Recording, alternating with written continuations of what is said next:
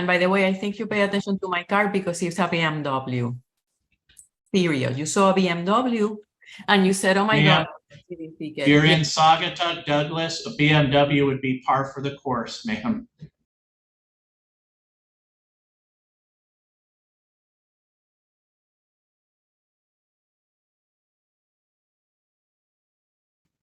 All right, gentlemen. This is a citation that was issued on May 12th of this year, 115th there, Valley Township. It's for riding an ORV without a helmet. You are here, Mr. Chrisman, on this citation to do one of three things. First is you could admit responsibility to the citation. Two, admit responsibility, but you'd like to provide some sort of explanation to the court as to how or why this happened. Or three, you wish to contest this citation. In other words, fight the ticket at what we call informal hearing. What were you looking to do? Number three. All right, then what I'm going to do is have you both swear in. You can raise your right hands. Swear or affirm any testimony you give here today would be the truth, the whole truth, and nothing but the truth. Yes. Yes.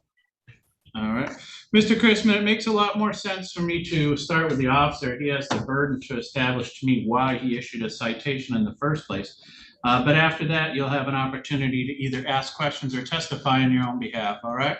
Okay, thank you. And officer, then if you want to pick up the narrative somewhere where it makes sense, explain the issuing of this citation. Yes, I was patrolling on my marked ORV down 115th Avenue for ORV stuff. I had to actually look up the definition of an ORV because we don't use that terminology in Florida. We just say ATV, sometimes UTV.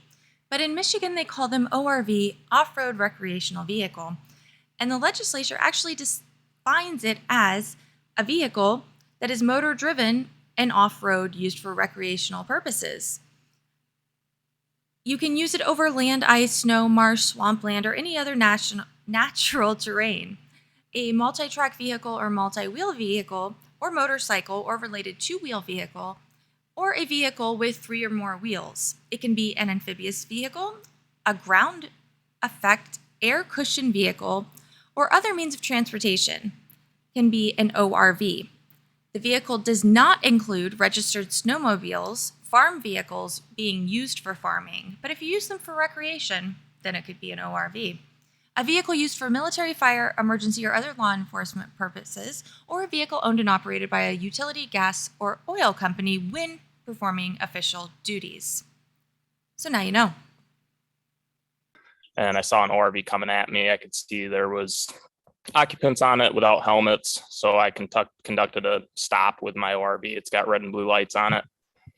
Upon conducting that stop, the ORV is meant for one occupant. It's only manufactured for one occupant. And I noticed there were 2 occupants on it. Neither of them were wearing helmets. And then I also discovered the ORV was not licensed per the requirements to operate on the Allegan County roads. Further, I found the VIN number on the ORV, ran that. It returned stolen out of Kalamazoo County. And in talking with Mr. Chrisman, my personal belief, I don't think he knew that it was stolen. He purchased it a while back, so I wasn't going to pursue any of those charges or anything. So I just had the ORV turned over to the rightful owners that it was originally stolen from back in, I believe it was 2019, and released Mr. Chrisman with a single citation for operating an ORV without a helmet. All right, Mr. Chrisman, what is it you'd like to say? I thought it was a no helmet state. And I was on a seasonal road, and we were mushroom hunting. We weren't even going that fast.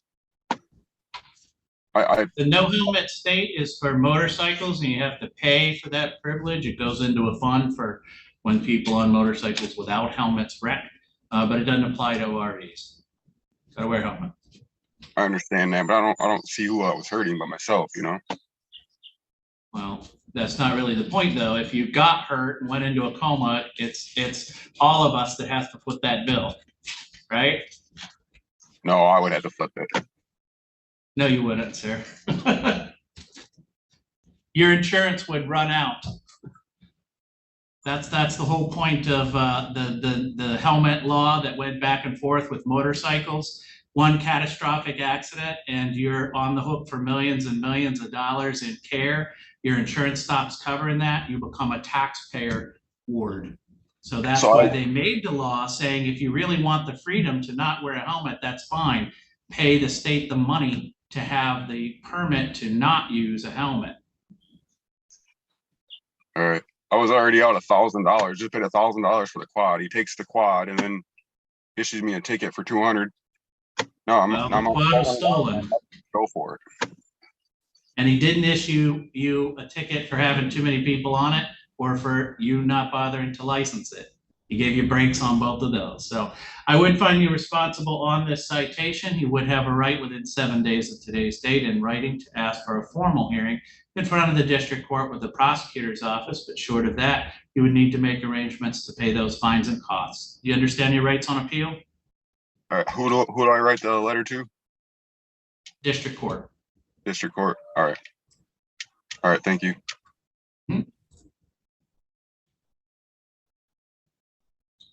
All right, so we're here for a citation that was written on May 26th of this year on Center Street there in the city of Douglas, Allen County, state of Michigan.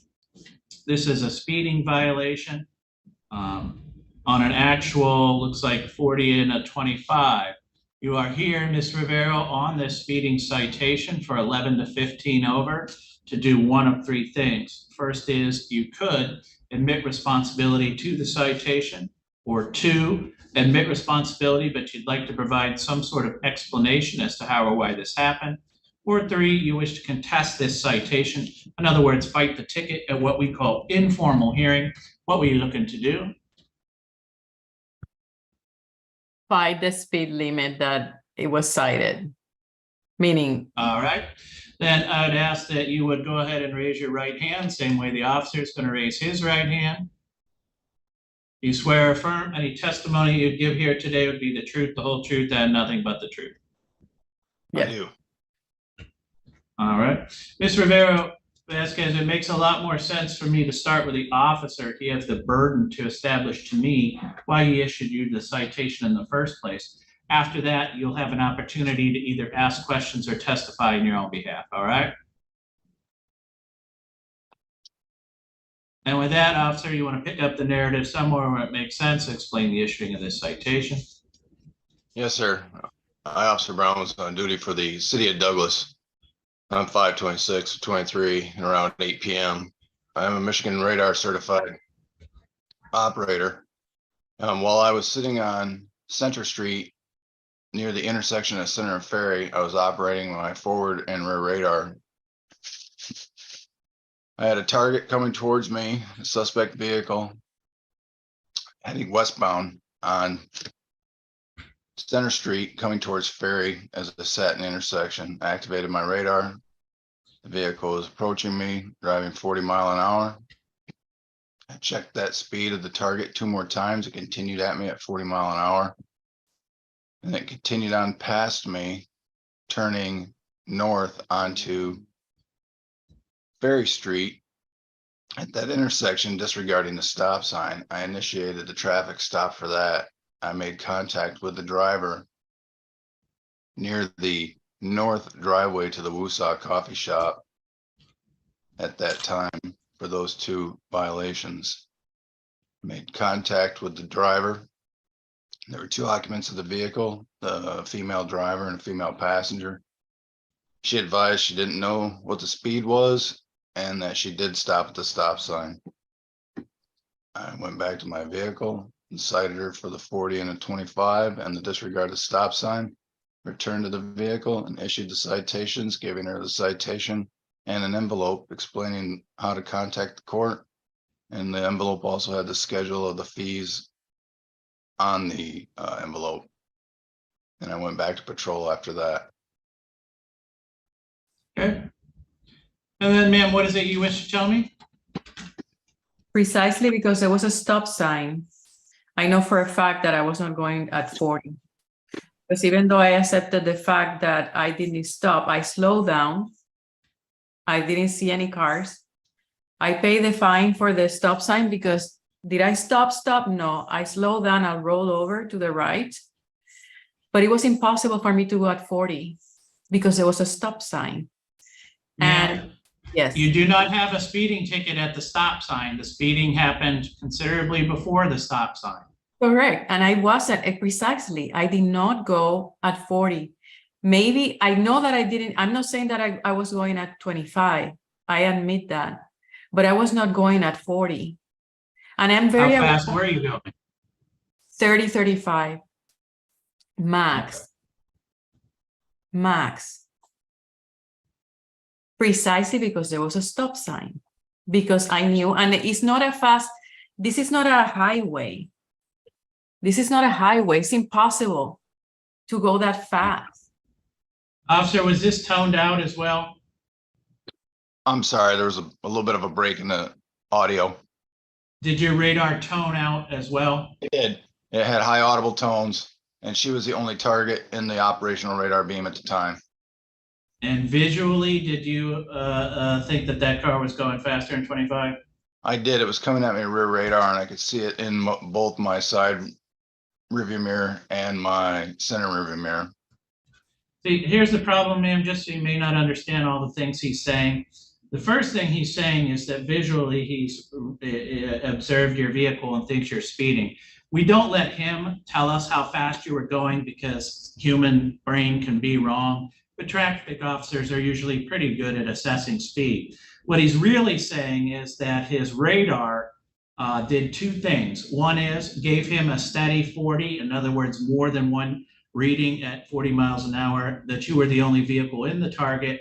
And then that radar also tones out a pitch, and that pitch, they're trained to recognize whether or not that's consistent with the number. If the pitch is different than the number, they know something's wrong. Officer Brown, I'm assuming you checked this radar before and after shift. My radar was verified before and after my shift, yes, sir. How do you verify your radar? With the auto test and then against my speedometer. Your speedometer is calibrated separately. The speedometer is calibrated, yes. And if you had had an issue or your radar did not self-test properly at the beginning of your shift, what would you have done with speeding citations? I would have to void them all, and I would have to take my radar out of service. And what if you wrote tickets all day and then it didn't pass muster at the end of your shift?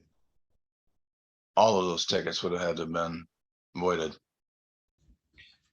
So, ma'am, based upon the evidence that I have in front of me, I would find you responsible for this speeding citation as it's written. Because you had a contested hearing, you do have a right to say, I don't agree with what just happened in there.